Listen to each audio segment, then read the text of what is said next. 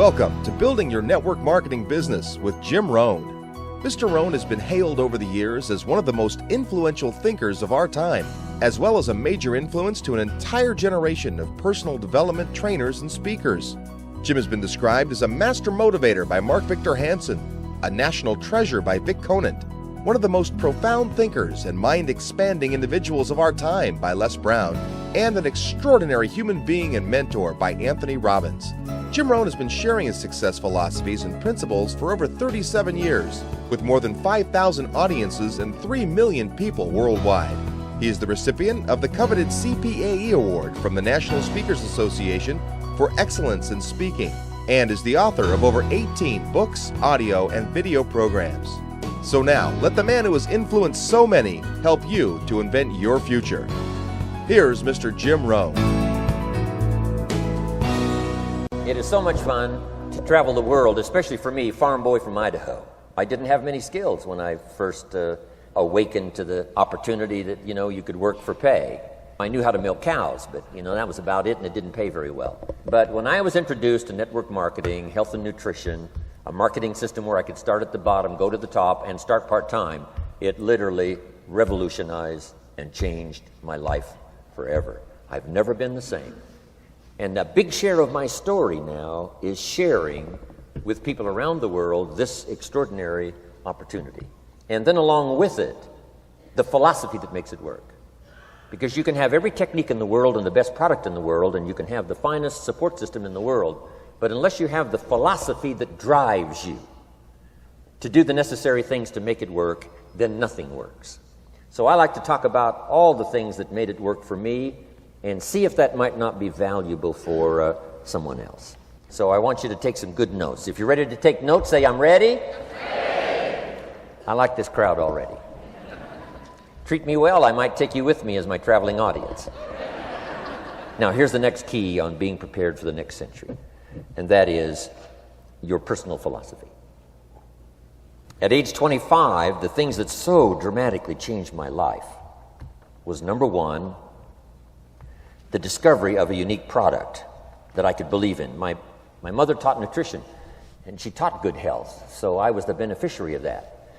It came from my grandmother, my grandfather, passed it on to my mother. She taught it, passed it on to me. My father never had a major illness, lived to be 93. My mother extended her life, according to the doctor, at least 20 years. She should have died at least 20 years earlier than she did, simply because she stretched out those years by the study of good nutrition. I was an only child, and Mama studied and, mixed up all that stuff back then. She'd say, "Hey, me and Papa and her," she said, "drink this stuff. If it don't kill us, I think it'll help," and we're gagging down this stuff. And Mama taught all of that, but the payoff was so incredible. I passed it on to my 2 daughters. They've never been ill. They passed it on to their children, my grandchildren. They haven't been ill. I mean, the study of good nutrition, paying attention, and being involved in the industry you're in, it's one of the best. So, that's so important. Your personal philosophy, what you believe in, that's going to carry you into the next century. Let me give you now some of the early philosophies that changed my life forever. I heard one of them in my introduction. Some of these philosophies have lived with me now all of these years. I've passed them on, and people have come back around saying, "Mr. Rohn, 10 years ago, 20 years ago, 30 years ago, 35 years ago, I sat in your class and sat in your seminar, and those early things that you taught, I've practiced it and I'm doing it." A man not long ago showed me notes he took 23 years ago. And then he had me sign those notes. He said, "I've used these notes to develop my life, my personal life, and my business life." And when he took those notes, he said, I was 18 years old. So it's incredible. I'm so thankful for all these years. But now I want to pass it along to you. Some of the philosophies that changed my life forever. Okay? If you're ready, say, "I'm ready." Ready. Here's the first one. Profits are better than wages. Once I understood that, I got rich. Profits are better than wages. Nobody taught me that in high school. I went to college for a year and a half. I never heard it. I'm 25 and broke. I'm not destitute. I'm broke. Too much month at the end of the money is broke. And I finally hear this philosophy. Profits are better than wages. Now here's the phrase that goes with it. Wages make you a living, which is fine. Profits make you a fortune, which is super fine. And you can live both fine and super fine. You've now got the mechanism and the ways and means to do that. Profits are better than wages. Guess what? I taught this in Moscow when I was teaching capitalism. You know, the communists had it all wrong. They taught that capitalism was, a big company that oppresses its workers. I mean, it was absolutely ridiculous. They had mentally lost it when they came up with this ridiculous philosophy. Communism taught capital belongs to the state, not the people. And we taught all these years what? Capital belongs in the hands of the people, not the state. That's why, of course, kids should pay taxes, because they can be capitalists, and all capitalists should pay taxes. And it doesn't take much to start an enterprise that makes a profit. I teach kids how to have two bicycles, one to ride and one to rent. I mean, how long does it take? How long does it take to make a profit? I mean, a little ingenuity and you're on your way. So profits are better than wages. Capitalism better than communism. Communism said people are too dumb and stupid to know what to do with capital. So you must take capital away from all the dumb, stupid people and give it to the all-wise, all-knowing state. And let the state run everything. I mean, that was communism. And they devastated every country they touched. I've been to East Germany. It's taking $1 trillion just to clean up East Germany. They've already spent $500 billion. They got $500 billion more to go. I mean, every country they touched, and I've been in all of them, they devastated them all with their devastating philosophy. We teach capital belongs in the hands of the people. That's where the ingenuity is to bring goods and services to the marketplace. And I'm going to show you later the miracle of capitalism grassroots in America, which you're involved in. But once I understood this now, it was so incredible. Profits are better than wages. Now, when I first was recruited, I'm a distributor for this little product called Abunda Vita. And here's what my mentor said, Mr. Schoaf. He said, Mr. Rohn, you can start this miracle working business part-time. You don't have to go full-time. You can start part-time. And he said, if you'll devote, to start with, let's say 10, 12, 15 hours a week, where you'll start making a profit, here's what you can now say. I'm working full-time on my job and part-time on my fortune. Because profits lead to fortune. I got so excited about that philosophy. I'm working full-time on my job, but now I'm working part-time on my fortune. I found a way not only to make a living, you won't believe this, I found a way to make a fortune. Can you imagine what that's like then to get up in the morning? To go to work on your fortune? Not to go to work to pay the rent, which is okay, but a chance to go to work to make a fortune? And I said, right now I'm working part-time on my fortune and full-time on my job, but it won't be long until I'll be working full-time on my fortune. Can you imagine what life is going to be like?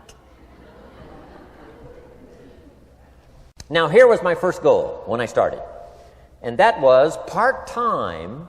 I wanted to equal on my profits part-time what I was earning on my full-time job. This is called the magic of part-time. It is so thrilling for people to start working the business part-time, because now you can work on profits, and it doesn't take very long. If you'll really concentrate on those 10, 12, 15 hours a week, it won't be long if you really do it right and learn some of the skills I'm going to talk about. It won't be long until you can be earning as much part-time working on your fortune as you are full-time working on your job. I did that in less than 6 months. Now I've got an incredible invitation. I found a way part-time to work on my fortune, and I'm making as much money at that as I am on my full-time job. Would you like to hear my story? It was incredible. Now, here was my second goal, to make twice as much money part-time working on my fortune as I was working full-time on my job. And I reached that in less than a year. Making twice as much money part-time working on my fortune as I was full-time working on my job. Now I've got an incredible invitation that won't quit. I found a way, through a unique opportunity, to work part-time on my fortune And I'm now earning twice as much money as I am working full-time on my job. Would you like to hear my story? Do you imagine anybody would say, no, I don't care to hear your story? No. Everybody I said that to said, wow, yes, what are you doing? I said, I'm glad you asked. Let me tell you. Now, when I started making twice as much money part-time as full-time, here's my dilemma. I didn't want to go full-time. And why not go full-time? And the reason was because I didn't want to give up my electrifying story. Right? It was so powerful, nobody could resist the invitation to at least take a look. I didn't want to give it up. And I hung on for I don't know how long until it was, almost insane. And then finally, reluctantly, I gave up my full-time job. But now,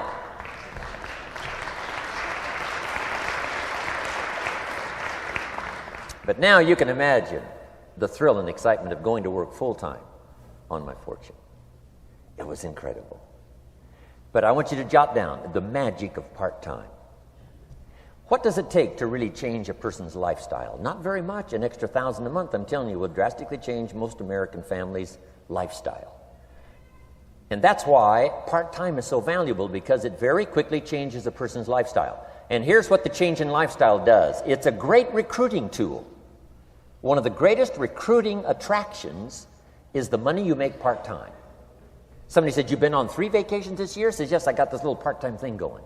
Says, what's that? You bought 2 new cars, one for you and one for her? How did you do that? Said, I got this little part-time thing going.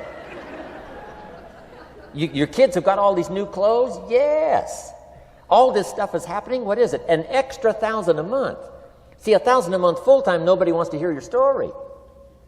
$1,000 a month part-time that starts to change your lifestyle, everybody wants to hear your story.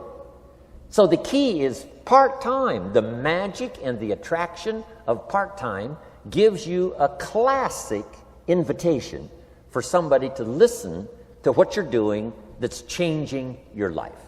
And it's not just necessarily the money that changes your life. It's what you do with the money. It's the change of lifestyle. So part-time helps to change lifestyle, which gives you a classic invitation to look at what you're doing. That's how I started in network marketing, age 25. Wow, these philosophies changed my life. I wish I would have learned them in high school. In high school, if they would have offered Wealth 1, Wealth 2, I'd have taken both classes. I wouldn't have waited until I was 25 and broke.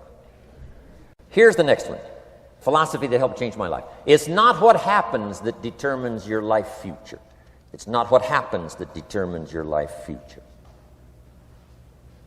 It's what you do about what happens. All of us are in like a little sailboat. And it's not the blowing of the wind that determines your destination. It's the set of the sail. So jot this phrase down. It's one of the best to understand. Kids need to understand it. The same wind blows on us all. The same wind blows on us all. The wind of disaster, the wind of opportunity, the wind of change. The wind when it's upside down, the wind when it's favorable and unfavorable. The same wind blows on us all. The economic wind, the social wind, the political wind. The same wind blows on everybody. The difference in where you arrive in 1 year, 3 years, 5 years, the difference in arrival is not the blowing of the wind, but the set of the sail. And that's what learning is all about, to set a better sail this year than last year. To set a better sail. The first 6 years of my economic life, I wound up broke. Second 6 years, I wound up rich. You say, well, the Democrats must have finally gotten power. No.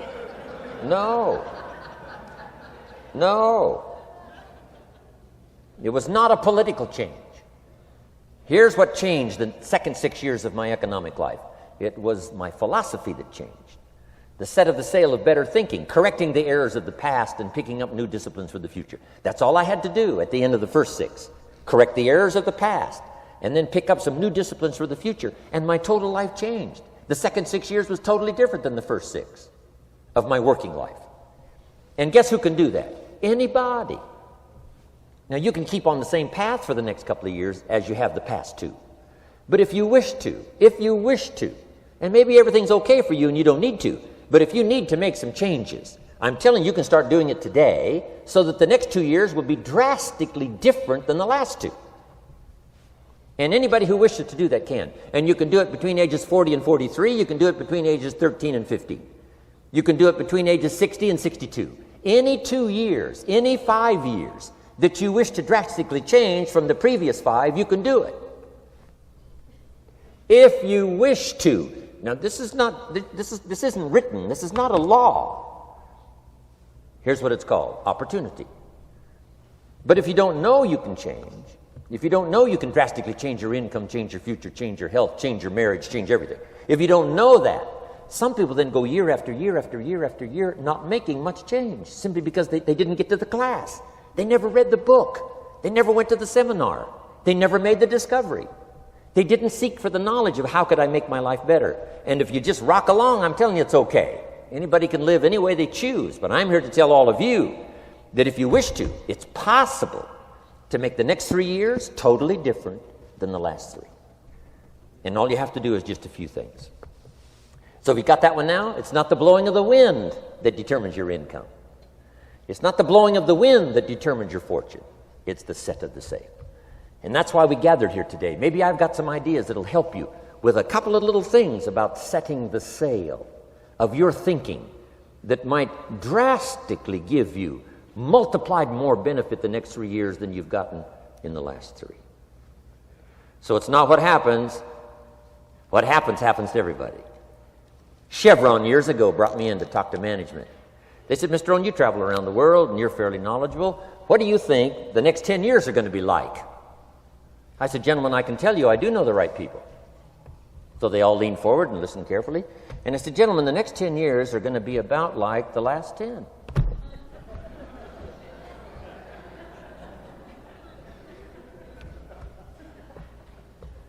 The next season after fall is, well, I promise you that's not going to change. After day comes night. I promise you that's not going to change. Here's how the last 6,000 years reads. If you want to make a note of Jim Rohn's vision of history the last 6,000 years, here's how it reads. Opportunity mixed with difficulty. And if we're around another 6,000 years, it's going to read like that looks like for the next 6,000 years. Opportunity mixed with difficulty. Now, sometimes there seems to be more opportunity than difficulty, and then sometimes there seems to be more difficulty than opportunity, but the mix isn't going to change. After expansion comes recession. But after recession comes expansion. Not to think so, see, is naive. And once you've got just a little of this stuff settled, then you know exactly what to do. You know exactly what to anticipate, so you can be ready. Now, here's the next one, and I heard it in my invitation. Here's what it says. For things to change, you have to change. I was hoping the government would change, and taxes would change, and economics would change, and my boss would change and be more generous. I wished for everything to change, and my teacher said, no, Mr. Rohn, for things to change for you, you have to change. Don't wish it was easier, wish you were better. Once I understood this, this altered the course of my life. Don't wish it was easier. Wish you were better. And here's the big one. Don't wish for less problems. Wish for more skills. You don't need less problems. You simply need more skills. Don't wish for less challenge. Wish for more wisdom. Accept the challenge, because you can't grow without a challenge. You can't get rich without a challenge. You can't fly without gravity. You have to understand the challenge. But that's the key, is to now develop wisdom to overcome the challenge. Don't wish for less challenge, but more wisdom. And then here's one more philosophy that helped change my life forever. You can do the most remarkable things no matter what happens. Humans can do the most remarkable things no matter what happens. Philosophies that changed my life. Here's one of the big philosophies I learned in network marketing. It's called the law of averages. If you do something often enough, a ratio will appear. Key phrase, if you do something often enough, a ratio will appear. It's amazing. It's uncanny. In baseball, we call it batting average. If you talk to 10 people, one says yes. Now the ratio has begun. 1 out of 10. Talk to 10, get 1. Here's something interesting about the law of averages. Once it starts, it tends to continue. This is colossal information. Once a ratio starts, it tends to continue. If you talk to 10 and get 1, sure enough, chances are excellent. If you talk to 10 more, you'll get another one.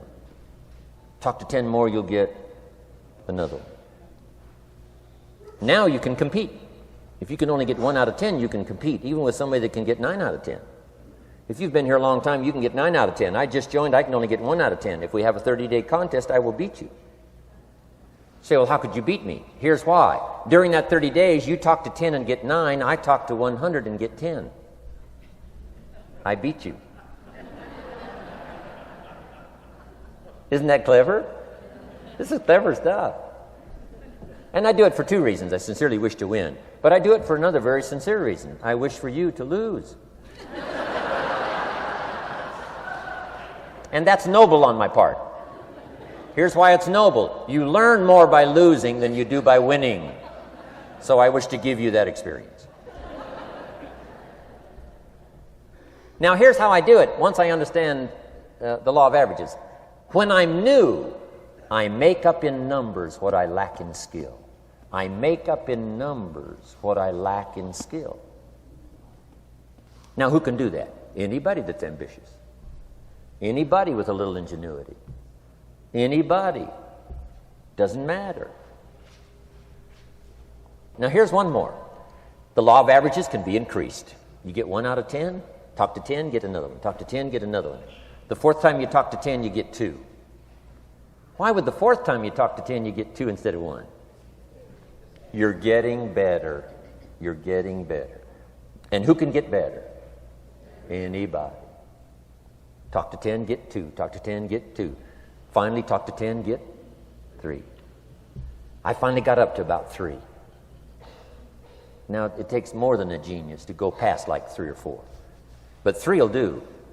If you bat 300 in baseball, they pay you $4 million a year, which means you're out 7 times out of 10.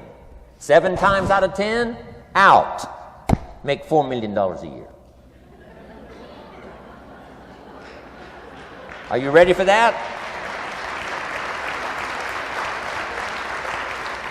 So, this works so well now in your business. Just jot the phrase down. You don't have to bat 1,000. You don't have to bat 1,000 to make big money. 1 out of 10 is fine. 2 out of 10 is terrific. 3 out of 10 is fabulous. Some particular incredible genius might get 4 out of 10. But 3 out of 10 is sufficient to make you rich beyond your wildest imagination. This is how I went after my friends, neighbors, and relatives when I first started recruiting. I said, look, I've got a new business, and I'm getting about 3 out of 10 to join. And I don't mind you. Just come to the meeting and be one of the 7.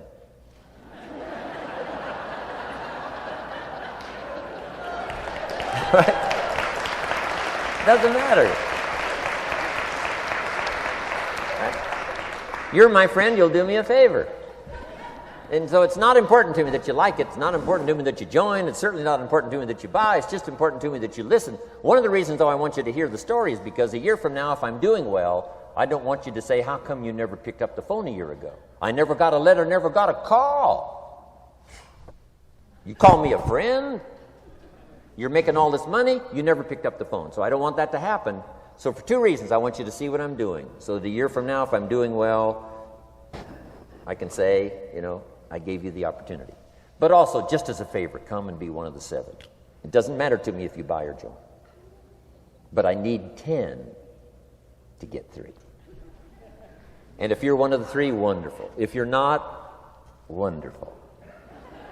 It doesn't. It might matter to you. It might matter to you, but it doesn't matter to me. Now, it matters to me because we're friends, but it doesn't matter in terms of my averages. So if you decide to get rich, just learn the law of averages. You're off and running. Now, here's the second law that changed my life forever in network marketing. I learned the law of sowing and reaping. And in the law of sowing and reaping is also the story of the law of averages. Jot this down. The story of the sower comes from the Bible. I'm an amateur on the Bible, but this is such a useful story. Here's what the story says. And take the notes because the drama's in the details.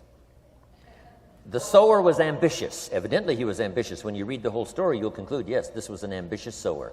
Here was number 2. He had excellent seed. The sower who sowed the seed had excellent seed. And the excellent seed can be an excellent opportunity, an excellent product, an excellent story. So we've got an ambitious sower with excellent seed. But now here's the rest of the details of the story. For your information, for the drama of your life, so you can understand things better. Learning some of this is how I got rich by age 31. Okay. Number 1, it says the sower goes out to sow the seed, but the first part of the seed falls by the wayside and the birds get it. So jot this down. The birds are going to get some of the seed. The birds are going to get some of the seed. Now you say, well, Mr. Rohn, what does that mean? Well, I invite John to come to a meeting. He said he'd be there Tuesday night. Tuesday night I show up, John isn't there. I say, John, I wonder why John didn't make it. Now I know the answer. The birds. The birds. John had this great idea of coming to the meeting to look at an opportunity, and somebody stole it and said, you're not going to go see network marketing. And he says, well, maybe not. So have you jotted that down now? The birds are going to get some. Now, when the birds get some, you've got 2 options. Number 1 is to chase birds. And say, well, let me get a hold of the person that talked him out of coming to the meeting. I'll tear him a new page. But I wouldn't do this. Here's what happens if you go chasing birds. You leave the field. If you go chasing birds now, you leave the field, which is going to distract from your future, not add. So you can't chase birds and try to straighten this stuff out. Here's what it is. It's just one of those things. And here's the best comment when things are a little disappointing. Isn't that interesting? You just have to say, I thought sure he would be there. He promised me. He promised me. But I know it was the birds. And you just have to say, isn't that interesting? Now, here's the rest of the story. It says, the sower kept on sowing. See, that was the secret to his success. He kept on sowing. And if you keep sowing, you can sow more than the birds can get because there aren't enough birds. If you keep sowing, there are some birds, but there's not enough because the law of averages will work for you. My mentor taught me, he said, you know, Mr. Rohn, there's only 9 or 10 real nasty, miserable people in the whole world. Now, he says they move around a lot, you know, and you're liable to... You'll bump into one once in a while. But when you bump into one, you say, there's only 9 more like you. I can handle that in the whole world. Okay. Now, here's what else it says. The sower now keeps sowing the seed. Now the seed falls, the story says, on rocky ground where the soil is shallow. And the rocky ground where the soil is shallow is not of your making, because you had excellent seed and you were an ambitious sower. So the rocky ground where the soil is shallow is not of your making. But here's what it says what happened. This time, the little seed that falls in the ground starts to grow, and the little plant starts to grow. But the first hot day, it withers and dies. It dies. Not an easy thing to watch. I finally get John started. Sure enough, 3 or 4 days later, somebody says, boo, and he goes,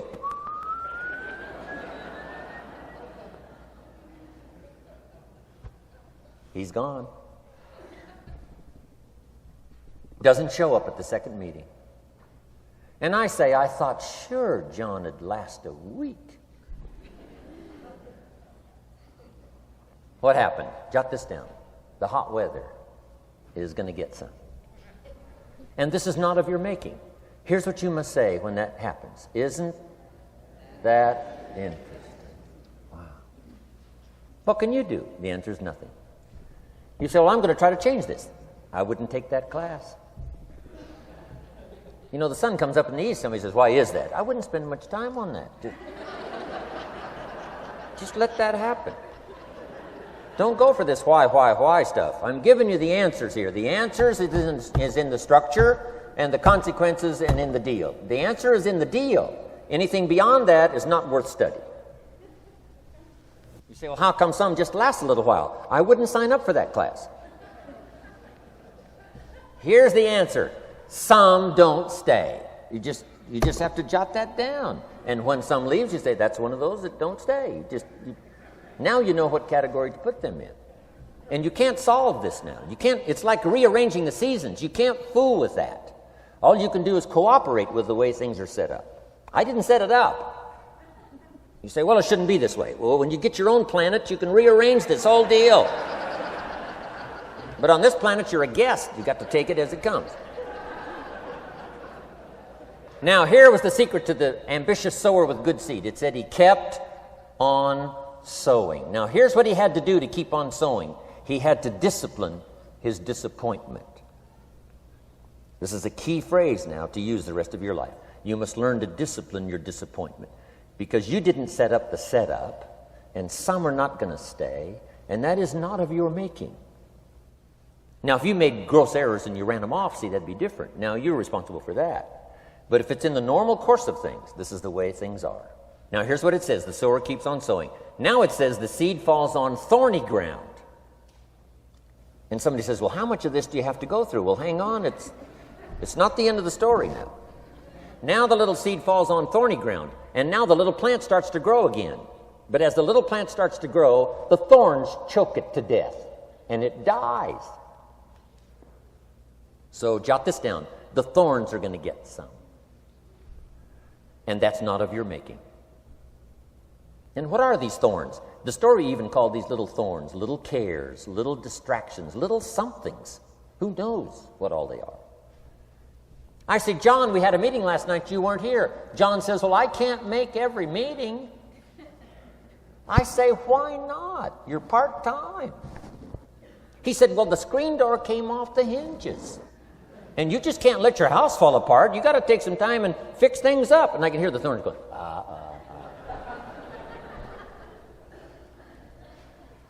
He says some extra trash had piled up in the garage. You can't let mountains of trash take over. You got to keep your trash hauled out. People who let little things cheat them out of big opportunities. People who let little things cheat them out of big opportunities. And you feel almost helpless. What could I do about that? And that's nothing. And you say, well, why is this? I'm asking you not to sign up for that class. Don't sign up for these why is this class. It's just the way it is. Like winter following fall and spring following winter. So if you got that, the thorns are going to get some. But now here's the good news. Let's read the rest of the story now quickly. The sower now what? Keeps on sowing the seed, keeps on sharing the story, keeps on giving an invitation. Yes, the invitation can be more powerful for me as it was 1 year later than it was the first month. Because now I'm saying I'm making twice as much money part-time as I'm making on my full-time job. Yes, the story can be more powerful, but the law of average is still going to work. But now here's what the story said. Finally, the seed falls on good ground. Finally, the seed falls on good ground. Now, put this in parentheses. It always will, if you keep sowing. If you share a good idea long enough, it will fall on good people. But now here's the rest of that story. Some of the good ground did 30%. And some of the good ground did 60%. And some of the good ground did 100%. You say, well, why the difference in numbers? I wouldn't sign up for that class. Come on. Have I said that often enough now? Don't register for that class. It's just the way it is. Now, I tried to get the 30s to do 60. Found out it was more than I could handle. I used to say, I'll make them successful if it kills me. I almost died. No, you can't do that. Here's what you do. Let the 30s do 30 to the best of their ability and keep doing 30. because that's how they build their lifestyle and get what they want out of life. And let the 60s do 60, and let the 100s do 100s. Now, how can you get some to do 100%? You got to go through all these experiences, and you got to talk to all these people. Let me quickly give you now a list of the skills that changed my life forever. Developing a new philosophy that I could do it in my network marketing experience now led me to developing new skills. Right? I knew how to milk cows, but it didn't pay well. Here's the first skill I learned that changed my life: getting a customer, making a sale. And of course, sales for you is easy, right? Because it's not technical.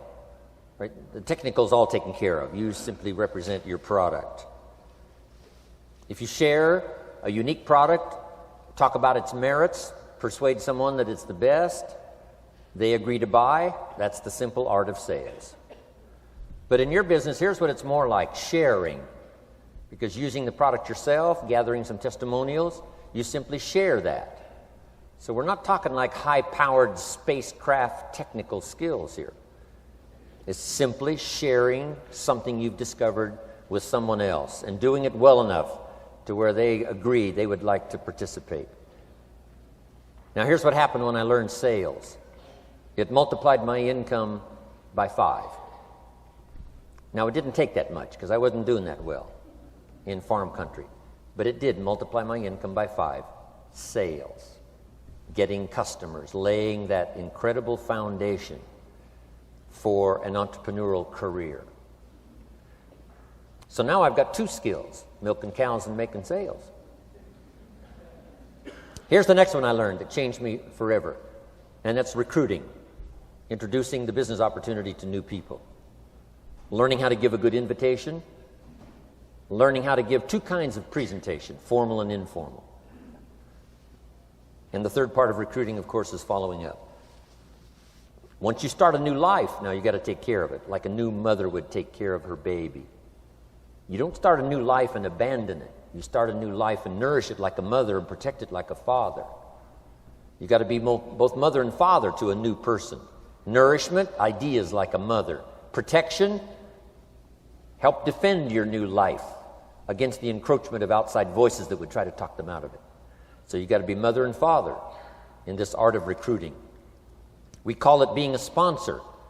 And being a sponsor is like being a bridge, helping somebody from darkness to light, from skeptic to faith, from not knowing to knowing, from no confidence in themselves to starting to gain confidence. You're the bridge that helps people from the shadows to the sunlight.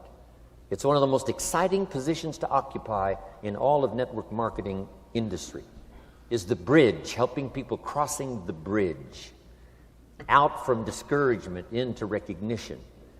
Being this bridge, that's what the recruiting magic is all about. You've got the answers. They've been looking for the answers. You've got the answers, and you help them cross this bridge. You see something in them before they can see it in themselves. You assure them that it's possible to be more than they are, therefore they can earn more than they've got, have more than they possess. This is one of the great arts in the world, and here's what's exciting about this art. It pays big money. Because now you operate a unique philosophy taught first in the Bible. John Kennedy taught it in his inaugural speech. Zig Ziglar's got one of the best ways to put it. And that's the secret to wealth. The secret to wealth and fortune. First taught in the Bible. Because the question was asked, how can we achieve greatness, great wealth, great power, great influence, great recognition, great self-esteem? How can we achieve greatness? The master teacher was asked. And here was his formula for achieving personal greatness. He said, find a way to serve the many, for service to many leads to greatness. For those that are interested. Some people aren't interested, but for those that are, service to many leads to greatness. Someone says, well, best I can do is just take care of myself, which is okay, but it doesn't lead to greatness. Somebody says, I got enough bills of my own, I can't worry about someone else's bills. That's okay, but it doesn't lead to greatness. Greatness is helping people pay their bills, you forget about yours. Because if you help enough people pay theirs, yours disappear. Help people with problems, your problems disappear. The key to greatness, the master teacher taught, is finding a way. Now, a lot of people would like to serve many people, but they don't have a way. And what's exciting about you and your business is you've now got the way. Whether you use it or not, it's up to you. Whether you cash it in or not is up to you. Whether you make a fortune or just a little, that's all up to you. Each person's ambition. It's called the same marketing. The same product. The products are the same for everybody here. The marketing system is the same. The difference is each person's philosophy and each person's individual ambition. But whatever your ambitions are, now you've got the ways and means. And here's what you've got the ways and means to do. Serve as many people as you would like. Now, here's what's exciting about recruiting. With what you're involved in here, you can directly and indirectly affect the lives of dozens of people. Some of you are going to directly and indirectly affect the lives of hundreds of people.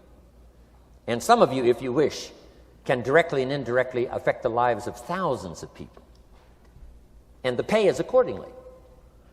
If you affect a few, you earn that pay. If you affect the many, you earn that pay. But the secret is found in the Bible. Service to many leads to greatness. Now, John Kennedy said it in his inaugural speech. Here's what he said: don't ask.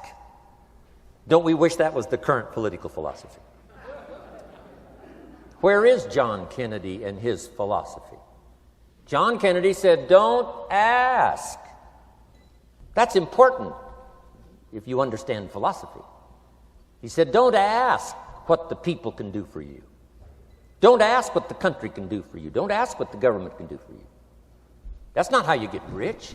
That's not how you have high self-esteem. That's not how you get trophies to put on the mantle above the fireplace, asking what the people can do for you. Don't ask, he said, what the people can do for you, but ask, what could I do for my country?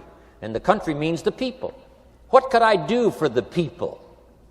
I want trophies. I want recognition. I want high self-esteem. I would even like a chance to make a fortune. John Kennedy says it's easy. Don't ask what the people can do for you, but ask, what could I do for the people? Could I directly and indirectly serve many in my country? And now that you are participating in this program, the answer is yes. Now, Zig probably said it best. Zig's got some great stuff. Zig and I have been good friends for a lot of years. Zig says money isn't everything, but it ranks right up there with oxygen. Yeah, Zig, you're right. Zig says, my dentist told me, Zig, only floss the teeth you want to keep. You know, forget the rest. But here, Zig is famous for this now. This is one of Zig's philosophies, and it goes right along with the other two, the Bible and John Kennedy. Here's what Zig says. If you help enough people get what they want, you can have everything you want. If you help enough people get what they want, you can have everything you want. Now, wanting everything you want, we call that self-interest. But it's okay to have self-interest if you do it in a positive way. By helping enough people get what they want, you can have everything you want. Now, you can accomplish all that by learning this next skill called recruiting. And I learned it, and it made me fortunes. So now I've got 3 skills: milking cows, making sales, and recruiting. Here's the next skill I learned that paid big money: organizing. Once you got a few, get them to work together, see, and that's magic. Getting people to work together is magic. Now, yes, it's challenging, like having several members of your family. Getting them to work together is challenging, but it's magic. Getting husband and wife to work together is challenging, but it's magic when it happens. But everything magic is challenging. Just got to jot that down. Everything magic is challenging. But once you figure out the challenge and go for it, then the magic occurs. Let me tell you how magical people working together is. Let me quote the Bible again. It says, if 2 or 3 agree on a common purpose, nothing is impossible. Just try that on for your mental size. If 2 or 3 agree on a common purpose, nothing's impossible. Everybody's looking for a challenge. Here's what I teach, especially the kids. Here's the best challenge in the world. Let's go do it. Not you go do it. Let's go do it. If 2 or 3 of us decide on a common purpose to do it, nothing's impossible. Incredible. Working together, organizing. Now, when everybody's an independent, now it's a little more challenging. Like having kids, they've each got their own opinions. They've each got their own ambitions and desires. It's challenging. You've got a variety. But that's what makes life the variety. And it is, in your business, it is challenging, getting people to work together. It's like herding cats. You know, sheep are easy, but you got to try cats, herding cats. But if you can possibly get it done, the power is so immense when you get people to work together. Here's one of the powers of working together, shared testimonials.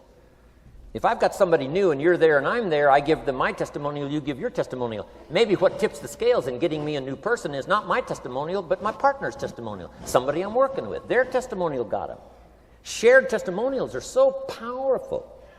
That's why working together is okay, is powerful. Now, working by yourself is okay. All this stuff is okay. Everybody needs to know, though, where are the advantages? And these are some of the advantages. I learned to organize, paid big money. Here's what I next learned to do. Promote. Promotion now pays staggering money. Now, the company comes up with what we call major promotions. Here's what you've got to come up with. The smaller promotions. The company comes up with major recognition. You've got to come up with small recognition for your people around you. The top 5. The company's got top 5. You've got your own top 5 in maybe 2 or 3 categories. Top 5, top 5, top 5. And those little recognitions, to reach certain levels in the company, you have to take major steps. But for you, recognition, let them take small steps. Here's one of the secrets of your kind of business. Rewarding people for small steps of progress. Rewarding people. Sometimes it's just recognition, handshake, pat on the back. Mary, you're doing a fabulous job. And you figure out what those recognitions are. Small steps of progress. Guess what promotion pays if you learn it well? Big money. Getting people to do something they wouldn't ordinarily do by themselves. People will do some unique things by themselves, but if you can figure out a way to say, Mary, if you do this and this, she says, well, I'll go for it. Now, she wouldn't have thought of that on her own. Here's what works magic. It's better than money. Money's a bit unimportant. Here's what's important. Ingenuity.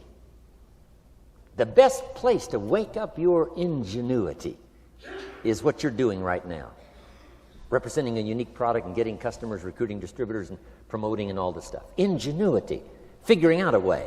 If it doesn't work this way, we'll work another way. I used my ingenuity, made a fortune. My ingenuity worked on doing all these campaigns, the spring campaign and the summer campaign and the winter campaign. This week we're going to recruit school teachers. How many of you got? How many of you got? This is school teacher week, school teacher month. I'd pick out a little category and say, let's go for it.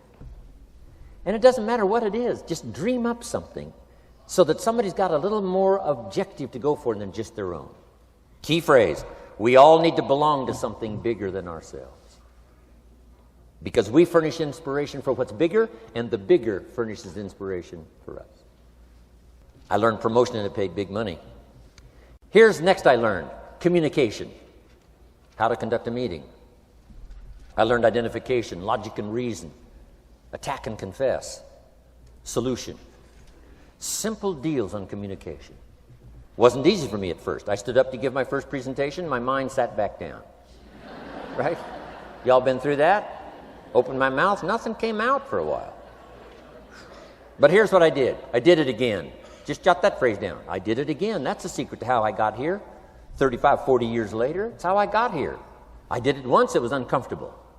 That first presentation was so lousy, if I hadn't have been doing it, I'd have gone home. It was not that good. But here's the secret to how I got here. I did it again, and then I did it again, and then I did it again, and I did it again. I remember when I first decided to be a little more animated, right? And walk out away from the podium, right? Get out from just behind the podium. So I got out there, and then I thought, how do you get back? Whoa, I'm stranded out here.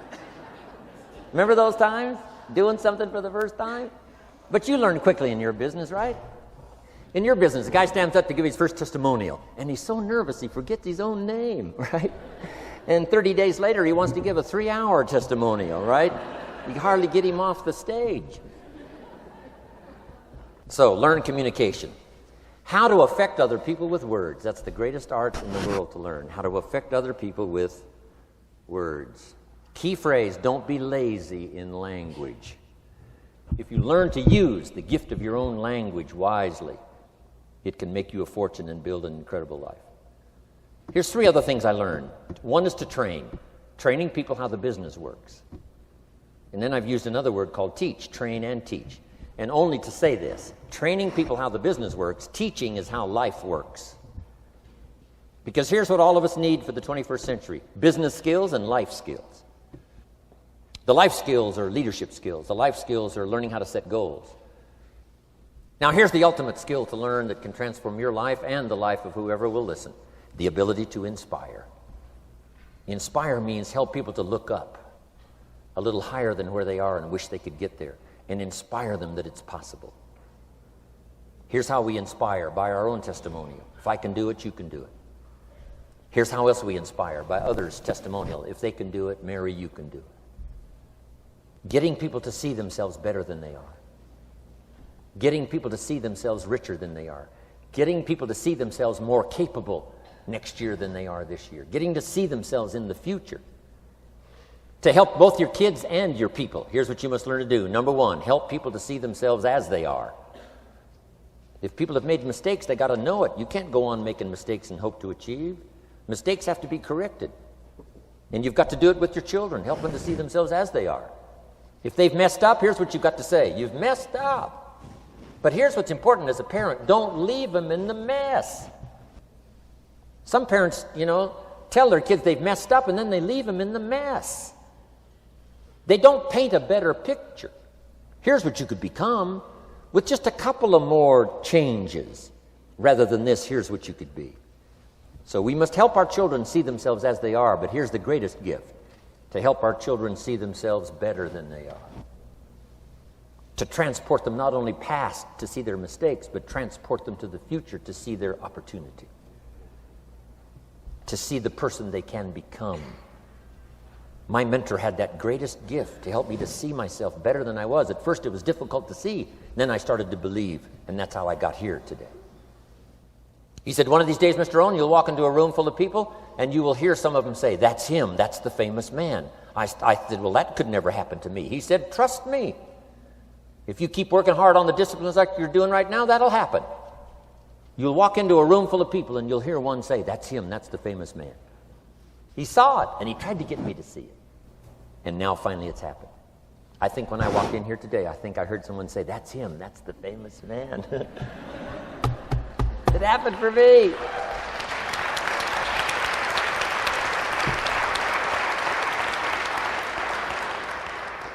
And if it can happen for me, it can happen for you. Just master these skills to inspire. Here's what else I learned: the skills of building an organization. Learn to work with the people who deserve it, not the people who need it. You must be like life itself. Respond to deserve, not to need. It doesn't say if you need, you will have a harvest. It doesn't say if you need a harvest, you'll have a harvest. It's not what it says. It says if you plant, chances are good you'll have a harvest. If you plant, you will reap. Not if you need, you will reap. So we must be like life itself. Respond to the people who deserve it by planting, by taking the first step. Even God himself says, if you move toward me, I'll move toward you. That's the condition. You move toward me, I'll move toward you, says the Almighty. Now he could also say, you don't move, I don't move. You say, well, that's arbitrary. Well, when you're God, you can set it up that way. Now, learn to work with the people who deserve it, not the people who need it. Now, here's what's the next step. Teach people how to deserve your time. Teach people how to deserve your attention. Teach people how to deserve a phone call. Say, Mary, you just take this one step and I take 2 steps. You take 2 steps, I take 5 steps. You don't step, I don't step. But this isn't hard now. You step, I step. You respond, I respond. You try, I try. You make a call, I back you up. Right?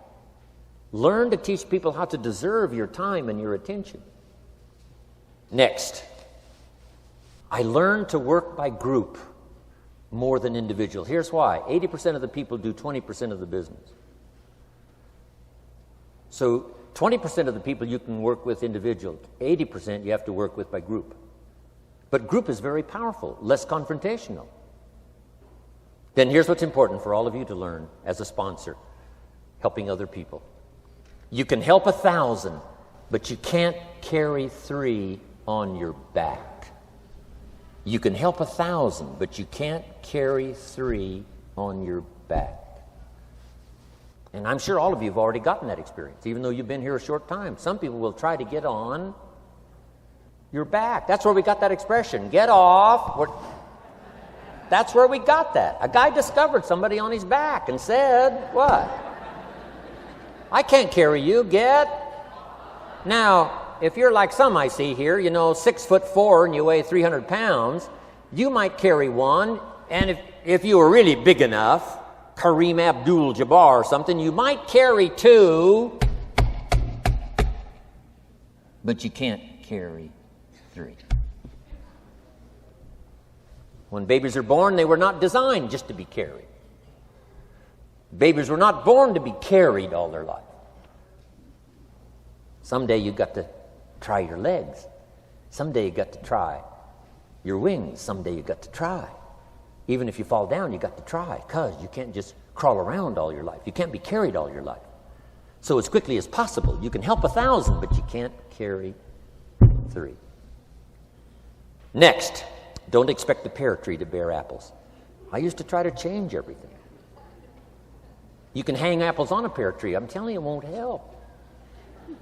You can put up a sign, this is an apple tree. Sure enough, come the season, pears. Here's what I learned. You cannot change people, but they can change themselves. You cannot change people, but they can change themselves.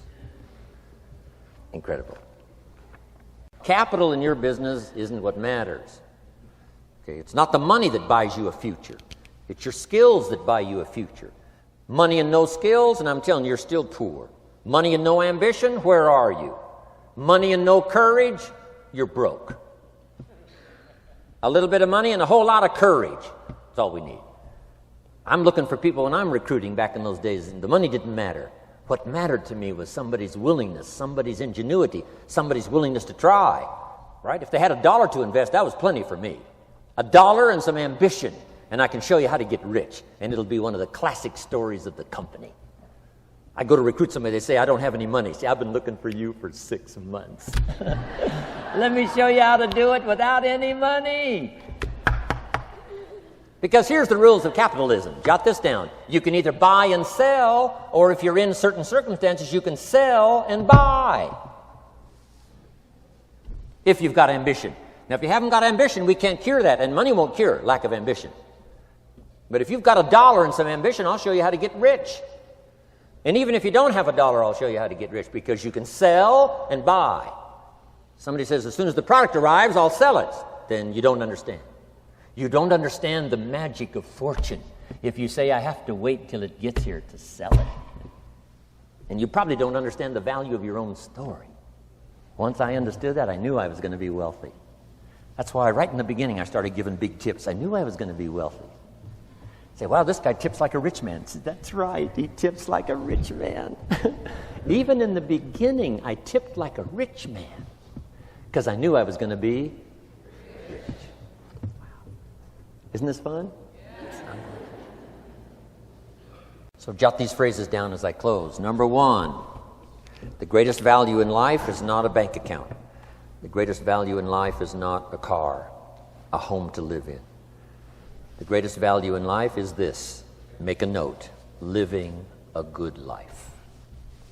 In the midst of all of our achieving and recruiting and building and growing, helping other people, being a part of society and the country and the world, being all of this stuff, here's what you must figure out all of your life, how to continually live a good life. So let me give you my short list. I'll cover the long list the next time I see you. Here's the short list on a good life. Number 1, productivity. If you don't produce, you won't be happy. Here's number 2, good friends. The greatest support system in the world is good friends. You got to work on that. Don't be careless here. Friends are those wonderful people who know all about you and still like you. Here's next, spirituality. I'm not asking you to be a believer. I am, a believer that humans are more than an advanced form of the animal kingdom. I'm a believer that we're a special creation. I don't ask you to be a believer, but here's what I do ask. If you are a believer, here's what you must do. Study, practice, and teach. Whatever's valuable to you, study, practice, and teach. Repeat it after me now, again. Study, practice, and teach. Here's why. It builds the foundation that builds the country, that builds the nation, that helps us to compete among the nations of the world in the 21st century. And this is one of those subjects, to study, practice, and teach. Next, my parents taught, don't miss anything. Don't miss the game. Don't miss the performance. Don't miss the show, the movie. Don't miss the words. We're all inspired by the words. Elton John says she lived her life like a candle in the wind, never knowing who to cling to when the rain set in. You can't miss those lyrics. You can't miss the music. You can't miss the songs that nourish the soul. You can't describe how brief and fragile life is much better than that. George Harrison, one of the Beatles, sings, "If not for you, the winter would hold no spring. Couldn't hear a robin sing. I just wouldn't have a clue if not for you." Wow. You got to remember the words that reflect the experience. Barbra Streisand sings, "It used to be so natural to talk about forever, but used to be's don't count anymore. They just lay on the floor till we sweep them away. You don't sing me love songs, you don't say you need me, and you don't bring me flowers anymore." Illustrative of all of our experiences. Winston Churchill said, "The truth is incontrovertible. Malice may attack it and ignorance may deride it, but in the end, there it is." You got to use that. Feast on someone else's comments. Because, see, you could stay up all night and not think of that.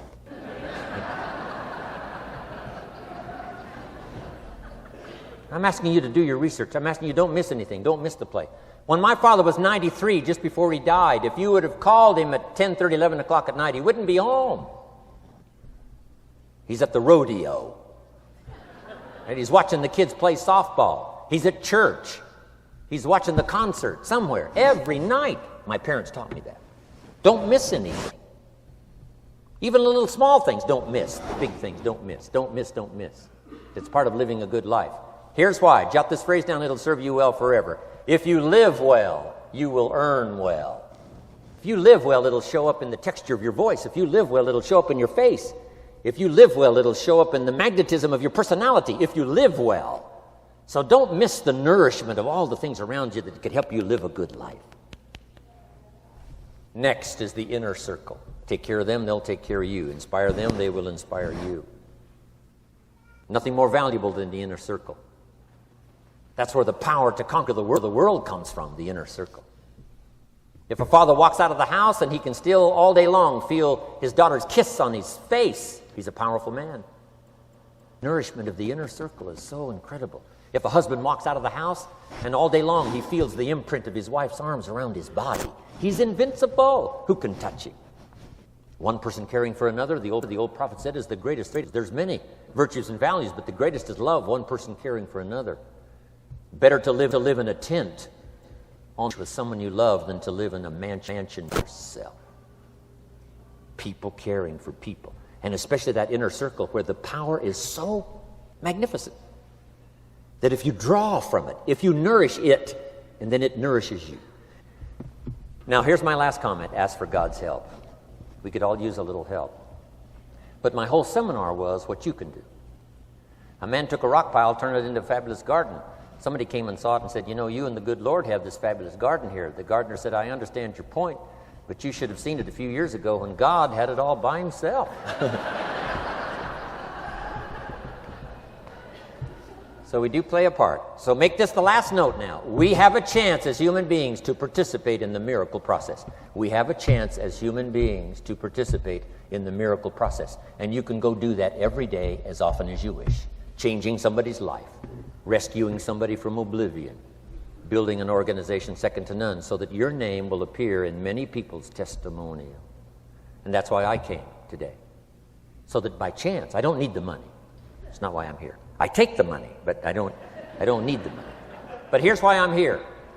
By chance, perhaps, if I've come along at the right time, I don't know what time this is for you, but if I've come along at the right time, just maybe, a week from now, a month from now, a year from now, 5 years from now, you might say, Jim Rohn came by and gave us a little piece of information. That started me down the road. Here's what's happened to me. And my name might appear in your testimonial.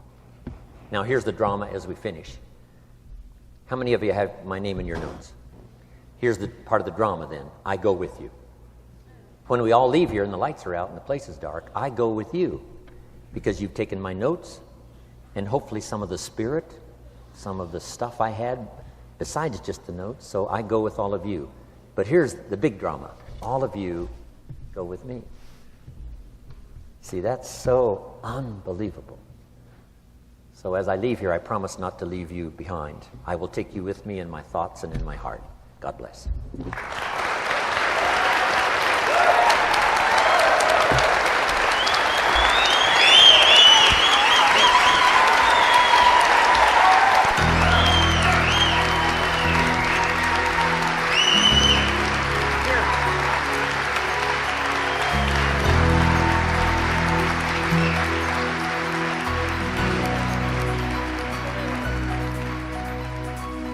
Thank you for listening to Building Your Network Marketing Business with Jim Rohn. To receive more information on Jim Rohn's speaking schedule and products, please visit his website at www.jimrohn.com. Thanks again for listening, and make it your best year ever. Here's to your success.